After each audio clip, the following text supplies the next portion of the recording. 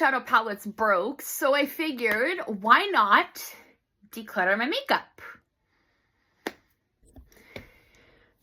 Hello everyone, and welcome back or to the channel if you are new here. As you could probably see based off of that first clip, one of my eyeshadow palettes broke, so I figured why not just take advantage and declutter all of my makeup I'm either not using or the color is not doing it on me. So if you'd like to see what I keep, what I either throw away because it's expired or donate to friends, family member, or women's shelter, keep on watching. Okay, so here are all of my eyeshadow palettes. For some odd reason, the phone stand on my ring light does not want to hold up my phone. So I'm just going to have everything recorded by having my phone in my left hand and picking everything up with my right. So if you see the camera a little shaky, I do apologize for that. I don't know what's going on with the stand on my ring light. I will attempt to fix it. If not, I just might get a new ring light. Who knows? Anywho, to start off, this is the Tarte Pro To Go. This was actually one of the very first eyeshadow palettes that I purchased from Sephora. It has sentimental value and sentimental reasons because it was, like I said, one of the very first palettes I purchased from Sephora. It's got a nice color combination. It's got some mattes and some shimmers. It doesn't have too many glitters. I think maybe one, or maybe it doesn't have any glitters, which I'm totally fine with, as I am not a glitter type of person. I also like how it's very compact and small, so I can put it in like a little travel bag and it'll take up very little to no space.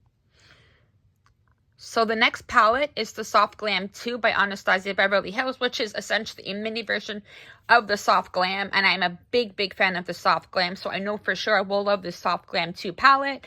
What I do like about the Soft Glam 2 is it is, like I said, a mini version of the Soft Glam, essentially. But what I do like is how, like my Tarte Pro To Go palette, it's nice and compact. So if I do have to take it when I travel, it takes up very little to no space. And it has every single color that I could possibly need. It's got a couple mattes, some shimmers. It's also got a black. So if I want to use it as like an eyeliner, it works up perfectly. So I would definitely be keeping this one. So I switched my phone over from my left hand to my right hand as my left hand is getting shaky. But this is the palette that I will be getting rid of. This is the Milani Rose All Day palette. As you can see, one of that shade right there, forgot what shade that is. It absolutely shattered. And I tried to repress it God knows how many times. So I just figured, you know, get rid of it, try to maybe find the same Milani palette, if not an identical Milani palette to this. So for that reason, I will be decluttering it. So this is the big Anastasia Soft Glam. As I said, much like the Soft Glam 2, which is the mini version of this is an absolute favorite of mine. I try not to use it as often as I do my other palettes because of how absolutely gorgeous and stunning this is. So for that reason, I will be keeping it. So the next palette that I have is the ABH Norvina collection. This is the volume 1.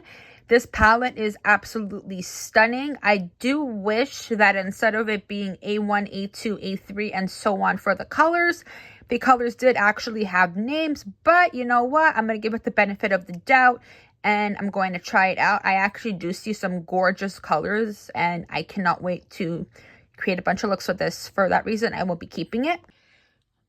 Next in my eyeshadow palette collection is the Morphe 35H. This is what the color scheme looks like. This is an absolutely gorgeous palette. I love the blues and the peaches. I am definitely going to be keeping this for the sole reason being this is the first palette. This is actually the only Morphe eyeshadow palette that I own. So it is quite sentimental to me, and for that reason, I will be keeping it. So I do have one more ABH palette. This is the ABH Riviera palette. This one just screams tropical beach vacation. It screams beach vibes, screams tropics.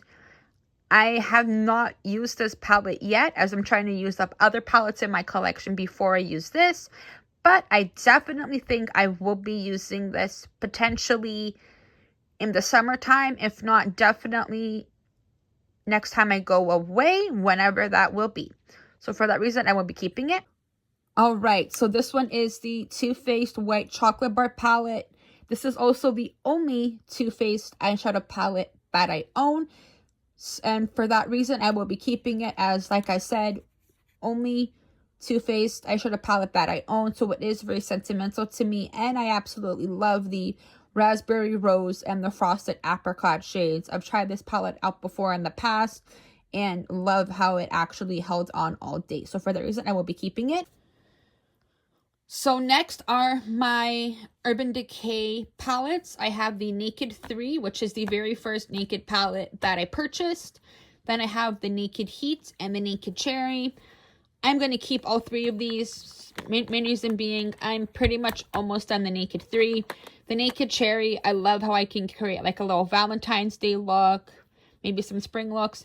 And the Naked Heat, I love how I can create some fall looks, summer looks, and I just absolutely love the color combination. So I will be keeping all three of these. So here is my foundations and concealers, except I have a couple of Fenty ones, which is in another makeup bag of mine, but it's neither here nor there. So I'm just going to be upfront and honest. The ones that I will be decluttering are the Morphe Filter Effect Soft Radiant Concealer and Foundation, because I look very ghostly and very sickly, very pale from these two shades. They do not fit me, do not swatch very well like they used to.